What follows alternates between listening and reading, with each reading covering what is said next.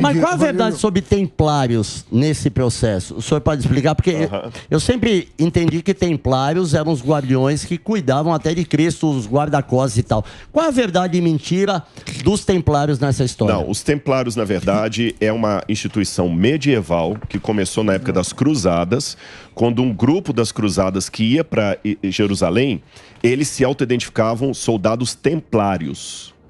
Na época de Guy de Boalon, esse pessoal todo lá.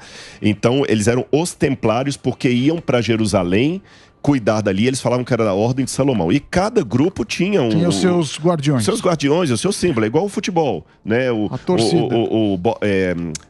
O Botafogo tem lá o símbolo dele, Sim. né? Escudos. Os escudos, a logomarca. As cores, o patrono, né? O Corinthians tem um santo. Então, os templários também tem várias. Então, nós somos os soldados cavaleiros templários. Aí depois misturou-se com isso muita lenda sobre o Santo Graal.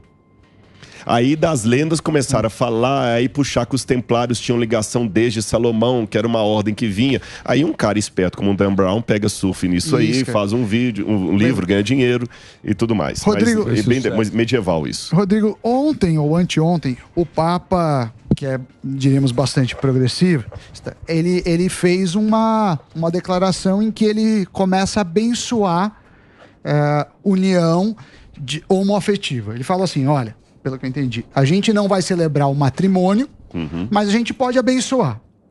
E aí eu te pergunto, na visão da Bíblia, que é um estudioso, como é vista que o homossexualismo existe, não existe? Lá vem com a polêmica. Saber por causa da Siqueirinha. Siqueirinha. Pediu a mão dele ontem. O meu homem na lésbica. Pediu a mão dele ontem, Siqueirinha. O Doni abandonou ele.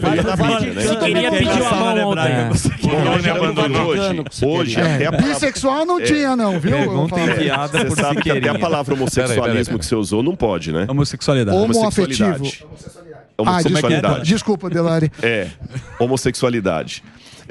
O que acontece? Os homossexuais hoje se organizaram, exigem os direitos deles e tudo mais, e cada um pode exigir o seu direito, né? Isso aí não agora, biblicamente falando, dizer que a união homoafetiva era uma coisa sancionada por Deus é desconsiderar a Bíblia. Não dá para ter as duas coisas. Ou você considera a união homoafetiva e rasga a Bíblia, ou você considera a Bíblia e não aceita a união homoafetiva à luz da Bíblia. À luz da Bíblia, que eu estou falando o que a Bíblia diz. Que está escrito. E Paulo colocou bem claro no Novo Testamento lá, e eles tentam agora reinterpretar Paulo, que não, Paulo está falando ali era da violência. Não, Paulo falou o seguinte, a ira de Deus se levanta contra toda sorte de impiedade, porque os homens abandonaram a sua relação natural, inflamando-se homens com homens, mulheres com mulheres, etc, etc, etc. E para deixar bem pontuado, você colocou a sua pergunta, para mim foi muito didática, mas só para não distorcerem a sua fala e a minha, a sua pergunta foi, à luz da Bíblia, é certo ou errado? À luz da Bíblia, é errado. Tá bem? Ponto final. Mas você não acha que uma bênção, o Papa não pode abençoar? Porque eu acho o seguinte, se você exclui a pessoa dali, eu acho mais errado do que... Porque ele fala, casamento não posso fazer. Sim. Tá na Bíblia. Beleza. Mas eu posso abençoar como pessoa. Como Cristo fazia. Exatamente. Não é? Só que tem uma coisa na Bíblia muito séria, a questão da bênção, da barahá. Você não pode abençoar o que é profano. Isso não é bíblico. A pergunta é se é bíblico. Ele está perguntando se está na história, né? Exatamente. Está escrito. Mas se está escrito na história. É mais ou menos o seguinte, abençoar uma coisa que a Bíblia falou, vou dar um exemplo. A gente vai perder um tempo tremendo se a gente fosse discutir agora a pena de morte no Brasil. Sim. Por quê? Porque à luz da Constituição brasileira, isso é cláusula pétrea, se eu falar bobagem me corrijam, não tem como fazer um plebiscito agora, um governo, não, vamos mudar isso aqui, Se alguém perguntar assim, à luz da Constituição brasileira, pena de morte é legal ou ilegal? Bom, se você está perguntando à luz da Constituição brasileira, é ilegal. E à luz da Constituição americana? Aí eu vou dar outra resposta. E à luz da Constituição do Talibã? É outra resposta. É interpretativo, cada um lê e entende da sua forma. Não, mas aqui não é nem questão de ler. Não, isso aqui não é interpretativo.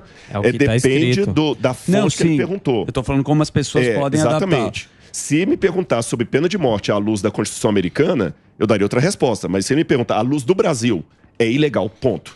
Então, agora eu vou fazer uma pergunta. Eu entrei na questão moral, eu entrei na questão legal. Eu entendi o que você falou. Agora eu vou fazer uma pergunta para você que está sempre lá em Israel, você que é um estudioso. O museu é sensacional, hein? Muito bonito, parabéns. Cara, eu tô só esperando vocês lá. Daqui a pouquinho nós vamos passar um endereço aí. Para você. Eu tenho que fazer um break? Então eu vou fazer um break agora para a rede de rádio, só para o Reginaldo agora. Vai lá, Reginaldo.